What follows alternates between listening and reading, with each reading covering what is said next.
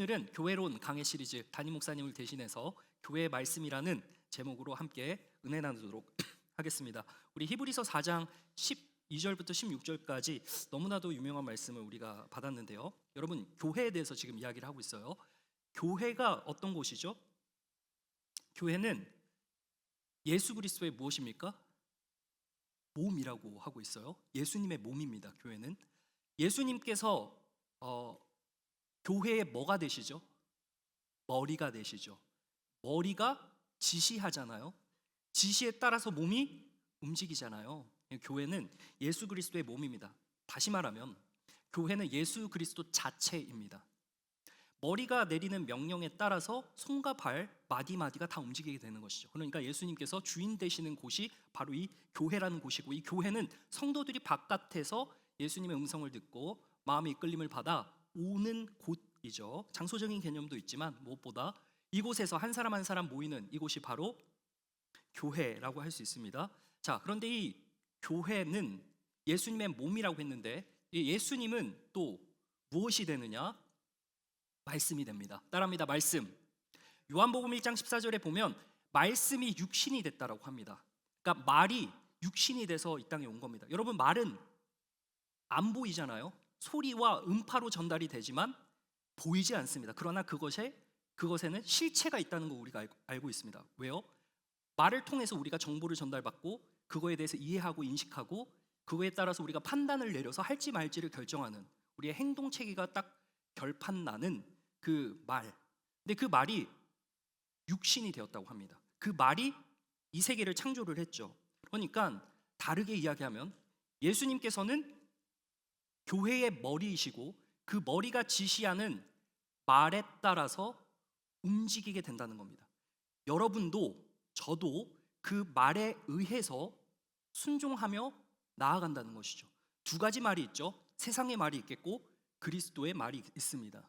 그러니까 우리는 두 가지 소리에서 어떤 파장에 반응을 하느냐가 우리의 정체성을 결정하는 것이죠. 예수님께서 이 땅에 오셔서 2000년 전에 제자들을 삼고 교회를 이렇게 파송을 하셨고, 다시 말하면 성도들을 파송하셔서 이곳저곳에 흩어지게 하여서 예수님의 말씀을 이제 알도록, 그리고 받도록, 배우도록 하셨습니다. 여러분, 우리가 좀 역사를 보면 구약 성경은 어떤 언어로 기록이 되었을까요? 히브리어랑 아람어로 기록이 됐습니다. 근데 이것이 이제 BC 3세기에 헬라어로 번역이 됩니다. 그래서 이 헬라어가 쭉 진행이 되다가 AD 4년에 어떤 언어로 번역이 되냐면 라틴어로 번역이 됩니다. 그러면서 한 700년 정도를 지나갔거든요. 근데 교회가 11세기에 돼가지고 완전히 말도 못하게 엉망진창이 된 거예요. 그때 당시 이제 카톨릭의 교황이 집권하고 있었는데요. 그리고 나서 이 영어로 번역을 한 사람이 나왔어요. 존 위클리프라는 사람입니다. 여러분, 혹시 그 미국의 16대 대통령 기억하세요? 링컨 기억하시죠? 링컨이 게티스버그에서 연설할 때 유명한 말을 했죠. By the people, for the people. 그 다음 뭐라 그랬어요? 국민에 의한, 국민을 위한, 국민으로 비롯된, 맞습니까? 뭐 아무튼 했잖아요, 그렇게. 근데 이 단어를, 사실 이 문장을 링컨이 인용을 했어요. 성경을 영어로 최초로 번역한 존 위클리프라는 분께서 성경이 국민에 의한, 국민을 위한 정부를 만들어낼 것이다. 즉, 말씀이 교회에서만 머무는 게 아니라 이것이 사회 전반에 퍼져서 많은 사람들로 하여금 이롭게 하는 정부를 이루어낼 것이다라는 꿈을 갖고 확신을 가지고 성경을 라틴어에서 영어로 번역을 했습니다. 우리나라에는 어떻게 들어왔습니까? 스코티시 선교사님이 들어오셔가지고 1882년에 성경책을 우리나라 언어로 번역을 했습니다. 그래서 오늘날 우리가 여러 가지 성경책의 버전이 있는데 이 성경이 오늘날 우리에게 주어진 것이죠. 그러니까 이 말씀이 교회 안에서 머물러 있을 뿐만 아니라 이 말씀을 받은 우리가 이 말씀을 가지고 어디로 가요? 세상을 향해 나아가서 예수님의 말씀에 따라서 움직이고 행동하는 겁니다. 그러면 그곳이 교회가 되는 겁니다. 여러분, 바라기는 우리가 모이는 교회로만 끝나는 것이 아니었으면 좋겠어요. 우리가 살아 숨쉬는 매 순간 모든 반경에 걸쳐서 우리가 걷는 곳, 다다르는 곳, 머무는 그 바깥에서의 곳이 여러분을 통해서 교회가 되기를 소망합니다. 예수님께서는 보이지 않아요. 여기서 예수님 봤다 손 들어 보십시오. 보셨다 하시는 분은 병원으로 가시길 바랍니다. 예수님을 본 적이 없어요, 우리는. 그렇지만 말씀으로 보여지는 겁니다. 예수님은 말씀이시잖아요. 그 말씀에는 뭐가 있어요? 따라합니다. 인격. 그래서 그 말을 들으면 그 사람의 인격이 드러나는 거예요. 그래서 청년 여러분, 우리가 말을 할 때도 좀 격식을 갖추고, 격식을 갖췄다는 말은 그 사람이 뭐가 있다는 거예요? 품격이 있다는 말이죠. 그럼 그래서 남녀가 만날 때도 결도 맞아야 되지만, 따라합니다. 격도 맞아야 된다. 격도 맞아야 돼요. 내뱉는 말, 그것이 내가 누구인가를 드러내는 단적인, 아니 어쩌면 유일한 하나의 부분이 될 것입니다. 여러분, 그래서 예수님은 말씀을 남기셨고 그 말씀은 인격이고요, 그것이 우리 가운데 주어졌다는 겁니다. 그렇죠? 그래서 그것이 우리를 이제 움직이게 된다는 겁니다. 여러분, 일주일에 솔직히 나 매일 성경 한다, 마음으로 손을 한번 표해 주시고, 오, 들었네, 누구가 벌써 매일 성경 한다. 네, 말씀을 보는 것이 어렵습니다. 그죠? 우리가 화면 넘기는 건 잘합니다. 소비를 잘하죠. 그렇지만 우리가 활자를 읽는 거는 좀 힘든 것 같아요. 네, 우리 강한용사에서도 이제 북클럽이 개설이 됐습니다. 리더스 북클럽이라고, 들어오시면 익명으로 들어올 수 있습니다. 저도 거기 들어갔는데 아무도 저를 눈치채지 못했어요. 제가 누군지. 네, 들어오시면 이제 자유롭게 또 북클럽에서 또 나눔을 하고, 또 활자 읽는 거기서 이제 우리가 또 복음으로 연결도 하고, 이렇게 나눔도 있습니다. 그래서 동참하시면 되게 재밌는 유익한 시간이 될 것 같습니다. 3월에 하는데요. 네, 깨알 같은 중간 광고, 네, 뒷광고. 네, 여러분, 하나님의 말씀은 인격입니다. 아멘이시죠? 그 인격이 이제 우리의 인격이 된다라는 것은 예수님을 닮아간다라는 뜻입니다. 그래서 하나님의 말씀이 내 안에 많이 있으면 있을수록에, 내 안에 많이 거하면 거할수록에 우리가 예수님의 인격을 닮아간다라고 표현할 수 있을 것입니다. 특징이 있습니다. 하나님의 말씀, 그러면 우리 안에 거하면 어떤 특징이 있느냐? 자, 보십시오. 이 세 가지입니다. 한번 따라해 볼까요? 생명력, 통찰력, 확장력. 다시요. 생명, 통찰, 확장. 네, 자, 이 세 가지 흐름으로 갈 텐데요. 여러분 좀 외워주시면 감사하겠습니다. 말씀에는 이러한 특징이 있어요. 여러 가지 특징이 있지만 오늘 본문에서는 이 세 가지가 있습니다. 이 세 가지가 사실 전부예요. 생명, 뭡니까? 살리는 거죠. 통찰, 우리가 판단할 수 있는 기준이 되는 거고요. 확장, 퍼지게 된다는 겁니다. 자, 이것이 무엇일까? 한번 보겠습니다. 아래 읽어보겠습니다. 시작. 하나님의 말씀은 뭐 했다고요? 살아있다. 그리고 뭐 한다고요? 뭐라고요? 활력이 있다. 감사합니다. 살아있고 활력이 있다. 하나님의 말씀은 살아서 역사합니다. 여러분, 그 말씀이 내 안에 들어올 때 나를 바꾸는 게 하나님의 말씀입니다. 나를 살리는 게 하나님의 말씀이에요. 내 안에 들어오면은 그것이 활개치는 게 말씀입니다. 누군가의 말을 들을 때, 꽂히는 말을 들으면은 우리가 행동으로 옮길 때가 있죠. 그렇죠. 그러니까 특이한 어떠한 그 말의 정보가 내 안에 떨림과 울림으로 자리할 때, 그거 한번 해보면 좋겠다라고 순간적인 어떤 뇌리 딱 스치듯 하는 그런 느낌이 있잖아요. 여러분, 근데 하나님의 말씀은 살아있고 활력이 있다라고 이야기를 합니다. 여러분, 여기서 살아있다라는 거는 zone이라는 헬라어를 씁니다. 예, 고대 그리스어인데요. physically alive. 그러니까 실체적으로 진짜 움직이는 거예요. 그 말씀이 내 안에 들어오면 내가 인격이 돼가지고 그거에 따라서 움직이게 된다. 그리고 그 밑에 에네르게스, 이것은 이제 에너제틱이라는 영어로 현대판 번역이 되는데요. 액티브라는 말이 있고요. 파워풀이라는 단어가 있는데 속뜻에는 effective라는 단어가 있습니다. 여러분, 그러니까 alive는 존재죠.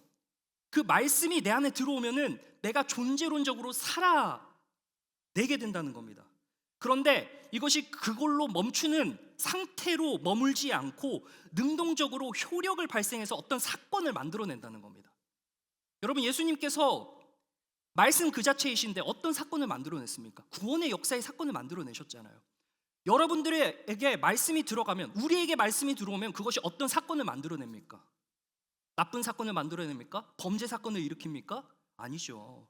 사랑으로 보듬고 사랑으로 그 사람에게 권면하고 우리의 말에 격식이 갖추어져 그 사람들에게 나가는 그러한 그리스도인이 되어진다라는 것입니다. 여러분, 이 말씀에는 어떤 특징이 있습니까? 혼과 영과 무엇을 쪼개요? 읽어주세요. 혼과,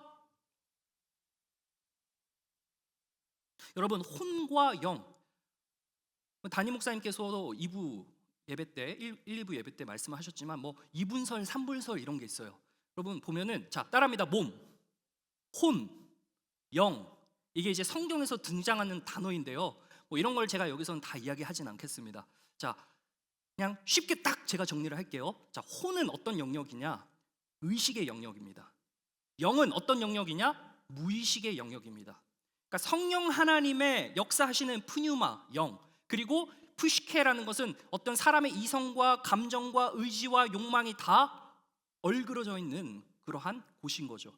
그러니까 우리는 이것을 이제 영혼이라고 부르는 겁니다. 이것이 섞여 있는 거죠. 자, 이것을 쪼갠다. 그리고 무엇을 쪼개요? 관절. 여러분, 관절 관리 잘 하시길 바랍니다. 아멘. 관절 관리 잘 하셔야 돼요. 여러분, 막 이제 운동하시기 전에 잘 푸시고 해야 돼요. 저는 이제 러닝을 할 때도 항상 무릎은 잘 풉니다. 왜냐하면 뛸 때 이제 무릎이 좀 아프더라고요. 그래서 그 푹신한 것도 신고 그러니까 확실히 효과가 좋더라고요. 무릎 이렇게 할 때 딱딱 소리 나잖아요. 관절이 뭡니까? 이게 보이는 거잖아요. 뼈잖아요. 그죠? 근데 골수가 뭐예요? 보이지 않는 거죠. 골수는 뼈 안에 있는 아주 그 뭐라 그럽니까? 아무튼 거시기한 그게 있잖아요. 그죠? 그러니까 혼은 의식, 영은 무의식, 관절 보이는 것, 골수 보이지 않는. 그러니까 하나님의 말씀이 어디까지 침투하느냐, 우리가 차마 의식하지 못하는 그 깊은 단계의 층위까지 들어간다라는 겁니다. 그곳에서 하나님께서 찔러 꿰뚫고 지나간다는 겁니다. 쪼개요. 모든 것을 판단한다는 겁니다. 여러분, 그러니까 말씀이 우리를 좀 가끔 괴롭게 할 때가 있는 것 같아요. 말씀이 우리 안에 딱 주어지면은 우리가 좀 불편하잖아요. 존재론적으로 우리가 죄인이기 때문에 하나님의 그 거룩한 말씀이 우리 안에 딱 들어오면은 어떻게 돼요? 조금 불편해서 피하고 싶을 때도 있고 그렇다라는 겁니다. 말씀은 거룩한 인격인데 우리 사람의 인격은 타락한 인격이기 때문에 힘듭니다. 근데 그 말씀이 반드시 하고 지나가야 될 것이 있다는 겁니다. 여러분, 우리가 말씀을 받으면 기쁘기도 하고 뭐 즐겁기도 하고 그렇지만 먼저 우리에게 나타나는 특징은 불편하다는 거죠. 왜요? 나를 꿰뚫고 지나가고 내가 어떤 사람인지 발견되게끔 하기 때문에 그게 힘들다라는 겁니다. 근데 그것이 따라합니다. 생명이다. 거기서 이제 살아나기 시작한다는 겁니다. 여러분, 그래서 말씀을 보고 그 말씀 앞에서 내가 어떻게 행동할 것이냐, 말씀을 읽어야 그게 나오죠. 답이. 말씀도 안 읽는데 나의 삶의 변화가 일어나겠거니라고 생각하시면 안 되는 겁니다. 여러분, 사도 바울을 보세요. 사도 바울이 마태복음, 사도 바울이 예수님을 핍박을 했어요. 예수님을 믿는 공동체, 교회, 성도들을 막 잡아들이기 시작하는 겁니다. 자, 그런데 예수님께서 나타났어요. 뭐라고 해요? 네가 어찌하여 나를 박해하느냐. 교회를 핍박하니까 예수님께서 네가 나를 박해했다라고 해요. 여러분, 교회를 힘들게 하면은요, 그것은 예수님의 몸을 힘들게 하는 겁니다. 다시 말하면 예수님을 힘들게 하는 거라는 거죠. 그래서 교회가 쪼개지고 분란이 있고 갈등이 있고 왜 없겠습니까? 그런데 그것을 사랑의 힘으로, 은혜의 힘으로 그냥 덮어버리는 건데 그게 안 될 경우에는 이제 완전히 산산조각 나는 거예요. 여러분, 우리 강한 용사 너무 사랑으로 잘 맺어지고 있고 그리고 다 포용하고 있고 끌어안고 있고 또 기도하고 있고 너무나 잘 지금 가는 것 같아. 그래서 너무 마음이 좋고 저도 이를 위해서 기도합니다. 여러분, 그래서 바울이 한때 이랬던 사람이라는 거죠. 자, 근데 바울이 예수님을 만났습니다. 빛이 딱 들어가니까 어떻게 돼요? 3일 동안 눈이 멉니다. 여러분, 여기는 피지컬리 눈이 멀다라고 하지만 관점이 바뀐 거예요. 하나님을 바라봤던 관점, 율법이라는 것을 가지고 예수 그리스도를 믿는 사람들은 이단이야라고 정죄하면서 예수 믿는 사람들 찾아다니면서 그들 다 끌어들였어요. 어떻게 해요?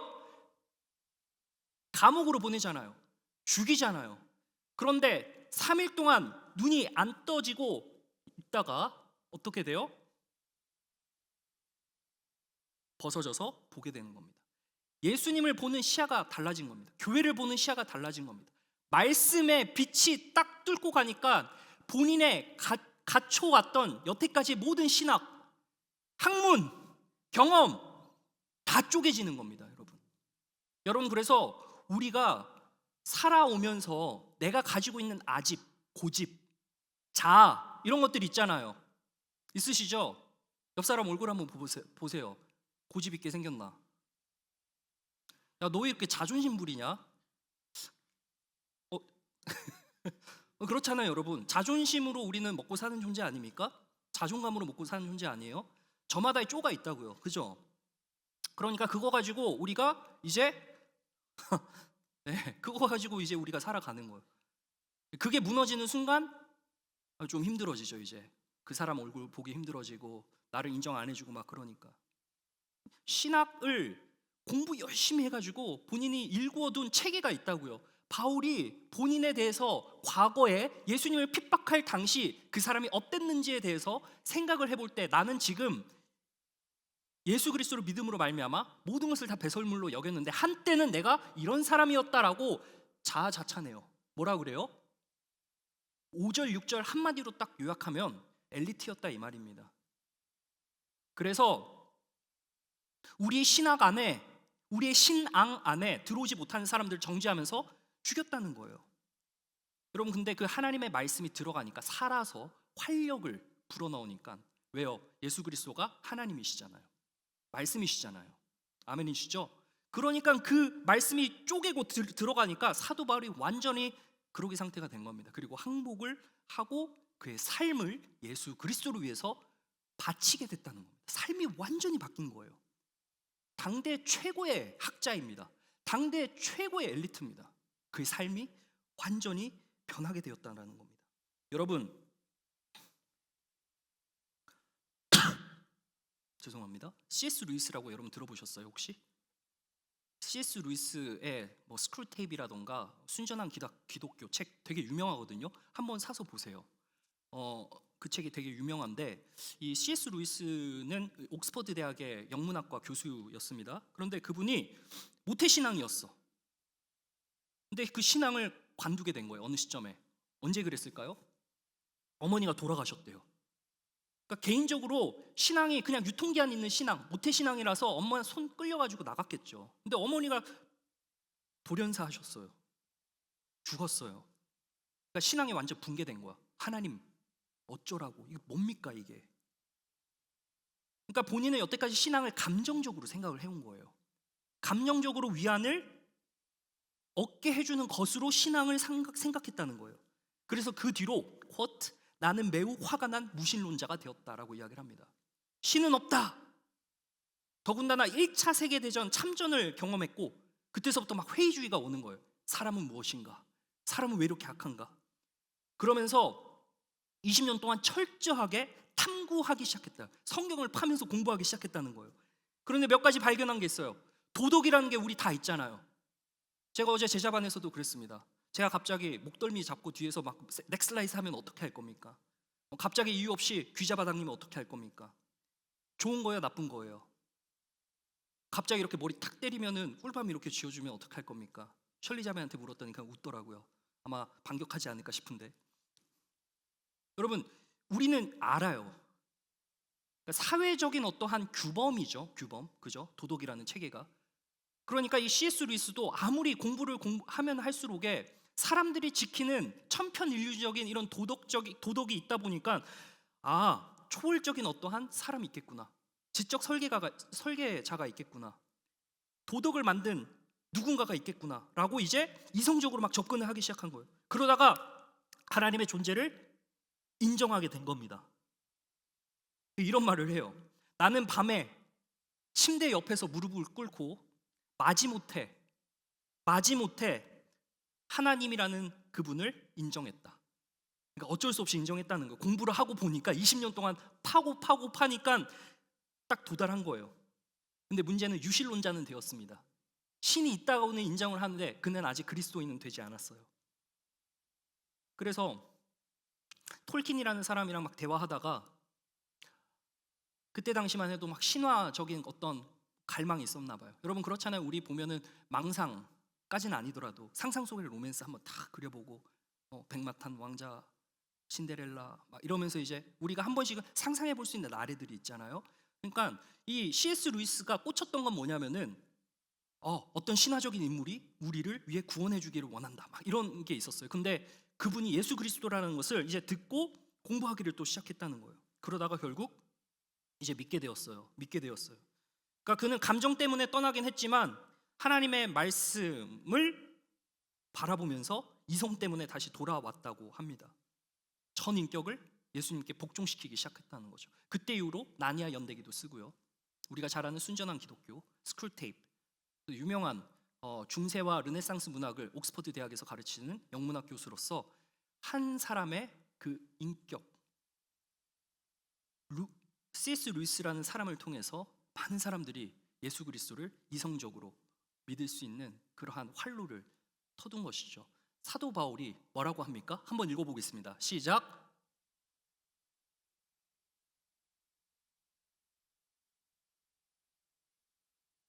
네, 여러분, 하나님을 대적하여 높아진 것, 하나님을 아는 것은 뭐죠? 말씀이에요. 말씀. 대적하여 높아진 것, 세상의 학습이죠. 자연주의 학습.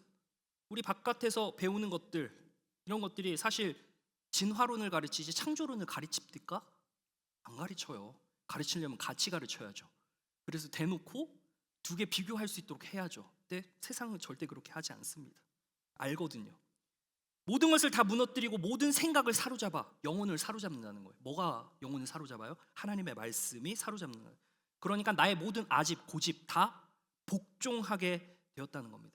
여러분, 저는 바라기는 설교 말씀 딱 한 편 나가면 여러분들이 듣고 오늘은 무엇을 알았는가 보다 내가 무엇에 찔렸는가를, 그리고 내가 고쳐야 할 것이 무엇인가, 내가 조금 더 하나님 앞에 나아가야 할 것이 무엇인가라는 것을 좀 발견했으면 좋겠다는 생각이 들고요. 두 번째는 설교 듣고 그냥 좋았다 이게 아니고요. 내가 오늘 무엇을 결단했나, 이러한 그 찔림과 쪼갰의 역사가 있기를 바랍니다. 저도 말씀 준비하면요 항상 찔림과 쪼갰이 있어요, 제 안에.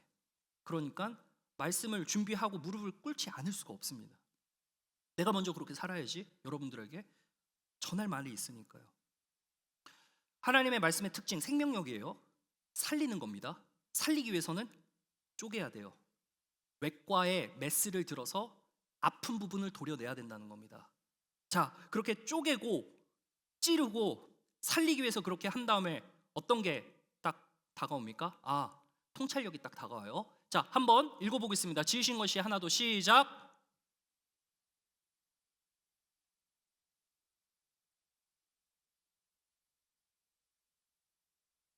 모든 것이 뭐 했대요?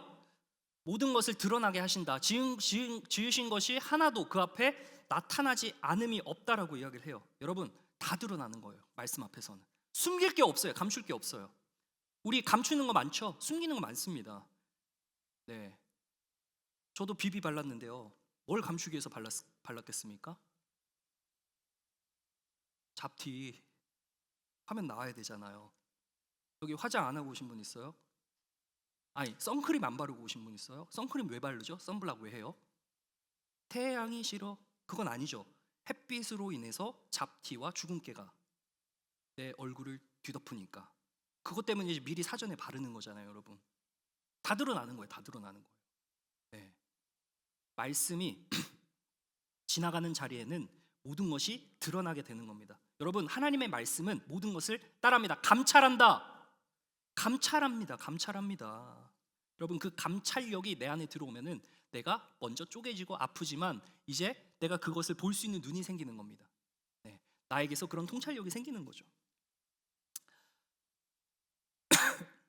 창세기 3장 1절을 보니까요, 3장 하면은 무슨 사건이에요? 아담과 하와 사건이에요. 자, 여러분 좀 집중을 해주시면 감사하겠습니다. 자, 한번 보도록 하겠습니다. 뱀이 나옵니다. 우리가 너무나도 잘 아는 이야기예요. 하나님이 참으로 너희에게 지금 말을 하죠. 하나님의 말씀이 아니라 뱀의 말씀입니다. 자, 뭐라고 합니까? 동산의 모든 나무의 열매. 여러분, 근데 따지고 보면 이게 사실이에요, 거짓이에요? 지금 마귀가 물어보고 있습니다. 야, 너 하나님께서 동산의 모든 나무 열매 먹지 말라고 했냐? 근데 사실은 뭡니까? 하나님께서 동산의 중앙에 있는 선과 악을 알게 하는 실과를 먹지 말라 했지, 언제 동산에 있는 모든 것을 먹지 말라고 했습니까? 그죠? 그러니까 스트로맨인 거예요. false framing인 거예요. 자, 이렇게 하니까 하와가 어떻게 반응을 해요? 하나님의 말씀에, 이게 하와가 하는 이야기예요. 너희는 먹지도 말고 뭐 하지도 말라? 만지지도 말라. 너희가 뭐 할까 하노라? 여러분, 하나님께서 먹지 말라 했지 만지지 말라라고 한 적 없어요. 그리고 먹는 날에는 반드시 immediately 죽는다라고 했는데 죽을까 하노라. 그러니까 마귀의 말씀이 거짓으로 딱 다가가니까 어떻게 돼요? 그 프레임에 완전히 넘어간 거예요, 하와가. 여러분, 우리는 세상 프레임에 너무나 쉽게 넘어갑니다. 그게 진리라고 어느덧 여겨버려요. 세상의 트렌드는 우리를 매번 하나님의 말씀으로부터 휩쓸려 가도록 만들어버리는 것이 세상이에요. 그러니까 우리가 이제 중심과 하나님의 말씀으로 쪼를 갖추고 있어야 되는데 계속해서 흘러가는 거예요. 세상의 트렌드가 계속 흘러오니까. 그러니까 우리가 분별을 못하게 되는 거죠. 무엇이 진짜고 무엇이 가짜고. 압니다만 우리가 늘 소비하잖아요. 근데 그 가운데서 우리가 참 믿음을 지킬 수 있습니까? 말씀이 들어오지 않고 계속해서 세상 것들이 막 휘몰아치면 됩니까? 안 돼요, 안 돼요, 여러분. 금세고 하나님께로부터 멀어진다는 것이죠. 하나님의 명령 구조가 뭐였어요? 단 하나만 제한했어요. 나머지 다 허용했어요. 단 하나만 제한했습니다. 그런데 그것을 뱀이 재구성합니다. 전면 금지. 그러니까 하와가 그 잘못된 왜곡된 질문을 들으니까 그동안에 억압이라고 생각해 왔던 것이 분출된 거예요. 그러니까 뱀은 부추긴 거죠. 그러니까 하와에게 인지 왜곡이 왔고 사실을 과장하게 되는 겁니다. 그러니까 뭐가 들어가요? 인간의 해석이 들어간 거예요. 덫에 딱 걸리죠. 그래서 그때 마지막으로 한 방을 날립니다. 그래서 아담과 하와가 어떻게 됩니까? 죄를 범하고 하나님의 얼굴을 피해 돌아다녔다는 겁니다. 여러분, 하나님의 얼굴을 피해서 돌아다녔다. 아담과 하와뿐만 아니고요, 아담의 아들이었던 가인도 하나님의 얼굴을 떠났다라고 이야기를 합니다. 자, 여러분, 제 얼굴을 한번 봐보세요. 얼굴을 피했다는 건 무슨 말이냐면요, 잡티 안 보이죠? 얼굴을 피했다는 말은 뭐냐면 자아상을 피했다는 겁니다. 우리는 원래 하나님의 자아상을 보는 사람이었는데요, 하나님 자아상 보는 것으로부터 돌이켜가지고 우리는 도망갔다라는 겁니다. 다시 말하면 우리는 우리의 자아를 부추기면서 살아가는 존재가 되었다라는 겁니다. 하나님의 말씀이 딱 들리자 피했잖아요. 숨었잖아요. 그리고 도망했잖아요.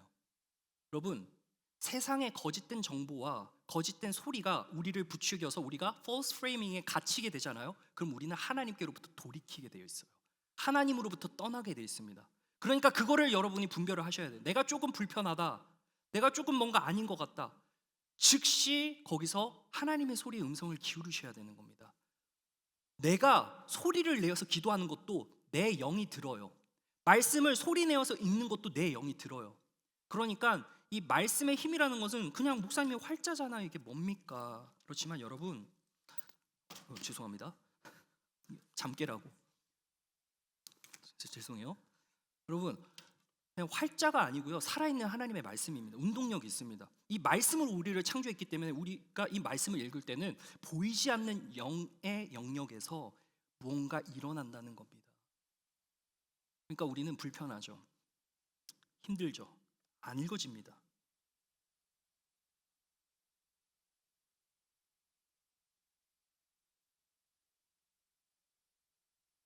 무서운 말씀이 하나가 있어요. 한번 읽어보겠습니다. 다 함께요. 시작.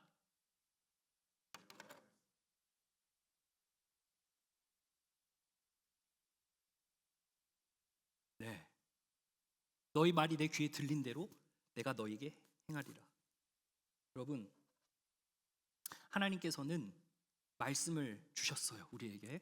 그리고 그 말씀을 따라서 살기를 원합니다. 그렇지만 우리는 항상 말과 말의 싸움, 그 전쟁터에서 어떤 프레임에서 우리가 살아가고 있느냐를 항상 도전받습니다. 여러분, 우리가 분별하지 않고요, 정신 살짝만 놔도요, 우리는 말에 넘어갑니다. 세상의 말에 넘어갑니다. 그리고 우리의 인격이 어느샌가 하나님의 소리 듣기를 꺼려하는 쪽으로 가고 있다라는 것이죠. 가인이 아벨을 죽였습니다. 최초의 살인 사건입니다. 가인이라는 아담의 아들이 하나님께 예배를 드렸는데 아벨의 예배는 받았어요. 근데 가인의 예배는 안 받았습니다. 자, 그러면 어떻게 해야 될까요? 1번,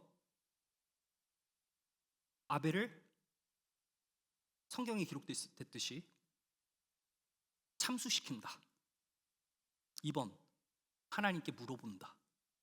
1번이에요, 2번이에요? 1번 누구야? 1번이에요, 2번이에요? 2번이죠. 여러분, 물어보면 되잖아요. 하나님 왜 내 예배 안 받으셨어요? 여러분, 신앙에서 질문이 끊기면 큰일 납니다. 안 받으셨으면 안 받으실 만한 이유가 있었겠지 하고 물어보면 되잖아요. 그런데 지금 아벨을 죽였다는 건 무슨 말이에요? 자기의 자아상이 이미 생긴 거예요.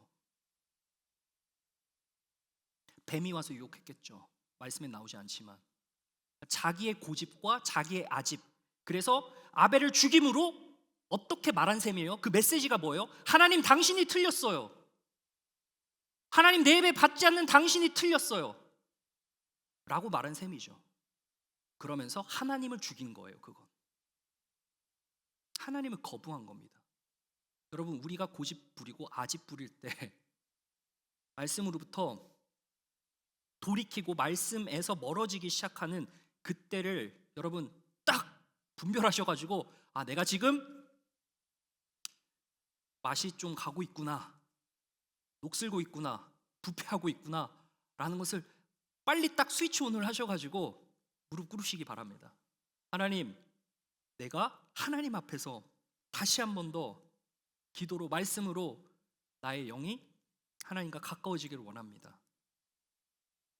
교회라도 와서 다행이고 밖에 나가서 그렇게 하셔야 되는데 이제 그게 참 우리에겐 도전이라는 거 압니다. 여러분, 너무 바쁘고요, 돌아오면 그냥 쉬고 싶고 바로 그냥 유튜브 넘기고 싶고 그런 거 아는데요, 여러분 그 거룩한 패턴을 좀 세워보시길 바랍니다. 출근해서 기도, 퇴근해서 기도, 나가기 전에 기도. 여러분, 그 기도의 시간을 주님께 드리세요. 그 시간을 떼어서 드리십시오. 그리고 하나님께서 무엇이라고 말씀하시는지를 말씀을 통해서 읽어내려 가세요. 그 뜻이 사실 뭐 역사적 배경도 있고 어떤 신학적인 해석도 있고 뭐 여러 가지가 있겠죠. 어렵지만 그 말씀을 쭉쭉 읽어내려 가시면요, 하나님 말씀은 참 신기합니다. 어느 순간에 딱 생각이 나요. 어떤 상황에서. 그러면은 그 상황을 내가 어떻게 해야 될지에 대한 판단력이 그 말씀을 통해서 주어지는 게 너무나도 신기해요. 그래서 그 말씀대로, 그 말씀을 의지해서 할 때 하나님께서 상황까지 여시는 진짜 놀라운 역사가 일어난다는 것을 우리가 보게 되는 것이죠. 잠언 18장 21절 한번 다 함께 읽어보겠습니다. 시작. 죽고,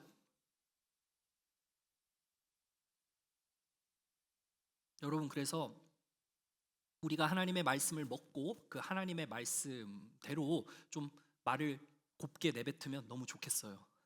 근데 우리가 내뱉는 것이 삐약삐약, 멍멍 뭐 이런 얘기들도 있잖아요. 그러니까 우리가 늘 선한 이야기만 나올 수는 없는 것 같아요.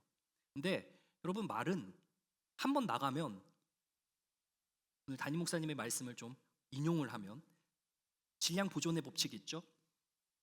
말은 사라지지 않습니다. 그 다 데이터베이스에 우주 가운데 쌓입니다. 하나님께서 그거 다 수집 안 하시겠어요? 우리가 뱉은 말, 우리가 어떤 몇 시에, 그래서 하나님 앞에 딱 가면 어떻게 해요? 다 벌거벗겨지는 거예요. 다 드러나는 겁니다. 네가 그 말 했네. 저 그런 말 한 적 없는데요. 다 드러나는 거예요, 여러분. 그러니까 우리가 그때 가서도 그렇겠지만 이 땅에서도 우리가 뱉은 말을 우리가 열매 삼아서 가는 겁니다. 여러분 기억하셔야 될 게 있습니다. 내가 지은 죄 회개하면 용서받습니다. 하나님께 용서를 구하면 회개받아요. 그렇지만 그 죄의 삭스에 대해서는 제가 책임져야 되는 겁니다. 범한 죄에 대해서는 내가 언젠간 책임을 져야 돼요. 그게 다시 나한테 돌아온다는 거죠. 그래서 혀의 말, 여러분 입술에는 권세가 있어요. 그래서 그 뱉는 말이 나한테 그대로 돌아와요. 그게 말의 힘입니다. 그러니까 우리는 격식이 있죠. 하나님의 자녀잖아요. 예수님의 말씀이 내 안에 들어오면 예수님의 말씀이 나가게 되는 겁니다.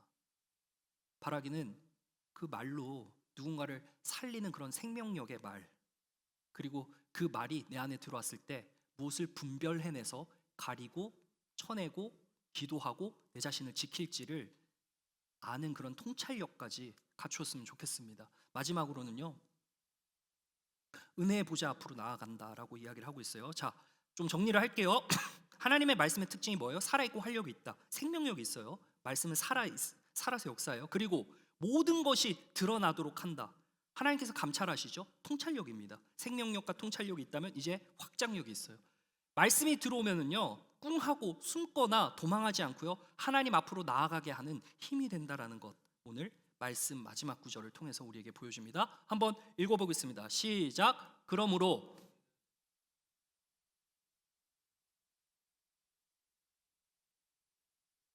아멘.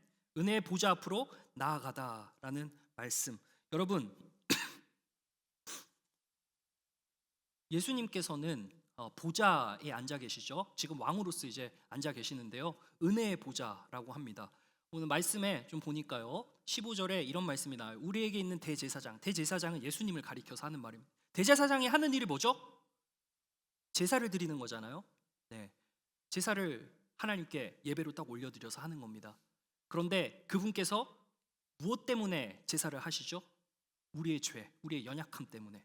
그러니까 우리의 연약함을 아시는 그분이 우리의 연약함을 동정하지 못하실 리가 없다는 겁니다. 그러니까 하나님의 스탠다드는 정의의 차원에서는 굉장히 높아요. 그러니까 율법으로 칠 것 같으면 우리 여기서 구원받을 사람 한 명도 없습니다. 제가 단언하건대 예수님의 이름을 믿지 않고 율법 다 지키면 천국 갑니다.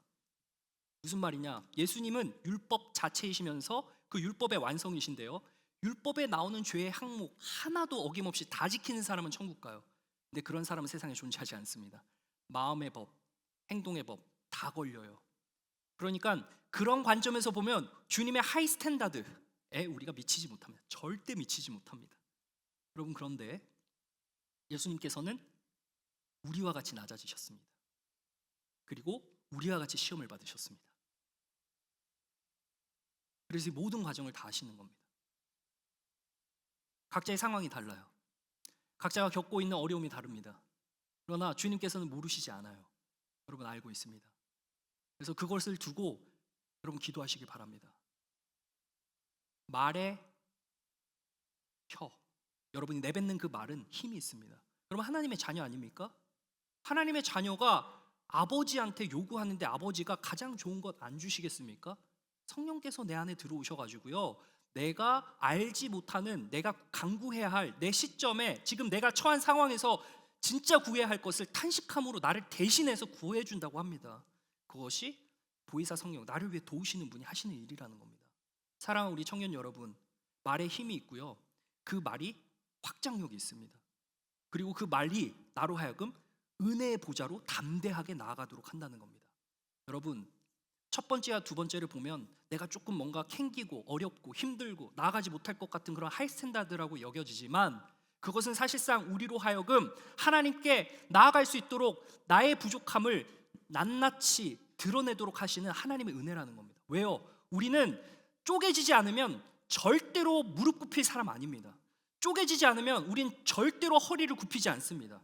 쪼개지지 않으면, 통찰되어지지 않으면 우리는 저 세상의 급류에 휩쓸려서 그냥 쓸려 내려갑니다. 그러나 하나님은 휩쓸려 내려가지 않도록 끌어가시기 위해서 우리를 은혜의 보좌 앞으로 인도하신다는 사실입니다. 여러분, 세상의 급류에 휩쓸려 가지 마시고요, 그 가운데서 본때를 보이십시오. 쪼를 보여주세요. 그리스도인의 쪼. 말씀 읽고 기도하고 그 자리에서 하나님을 경험해 보세요. 그 말씀이 내 안에 들어오잖아요. 살아 숨쉽니다. 운동력이 있습니다. 마음의 평안함이 찾아옵니다. 말할 수 없는 기쁨이 찾아오고요. 내 상황은 바뀐 거 하나 없는데 그거 이길 수 있도록 눈높이를 나를 그냥 탁 높여주세요. 그래서 이게 그냥 아닌 것처럼 보이는 거예요. 그래서 이러한 신앙의 여유가 또 생기기도 하고요. 그렇습니다. 여러분, 말씀을 줄여 마치겠습니다. 오늘 하나님의 말씀의 특징에 대해서 이야기를 했습니다. 하나님의 말씀의 특징, 하나님의 말씀은 곧 예수님이시고요. 예수님은 교회의 머리이시자 주인이십니다. 그 주인 되신 주님을 우리가 몸의 지체로서 그분을 섬기고 그분의 말을 듣는 자리에 있습니다. 그분의 말을 들으면 우리는 절대로 절망하거나 좌절하는 쪽으로 가지 않습니다. 지금의 상황이 어려우십니까? 지금의 상황이 좀 절망적이세요?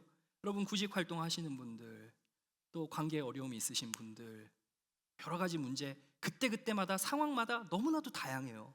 우리 청년분들 얘기 들어보면 참 어떤 분들은 정말 눈물 흘리지 않고는 기도할 수 없는 그런 상황들도 있습니다. 여러분, 그러나 말의 위력이 있으니까요, 하나님의 말씀을 붙들고 기도하시면 내가 하나님의 자녀이기 때문에 하나님께서 가장 선한 때에 선한 방식으로 하나님의 수준으로 들어주신다는 사실을 기억하시면서 그 기적을 경험하며 나아가는 귀한 우리 퀸지아니 교회 강한윤사 청년 여러분 되시기를 주님의 이름으로 부탁드립니다. 기도하겠습니다.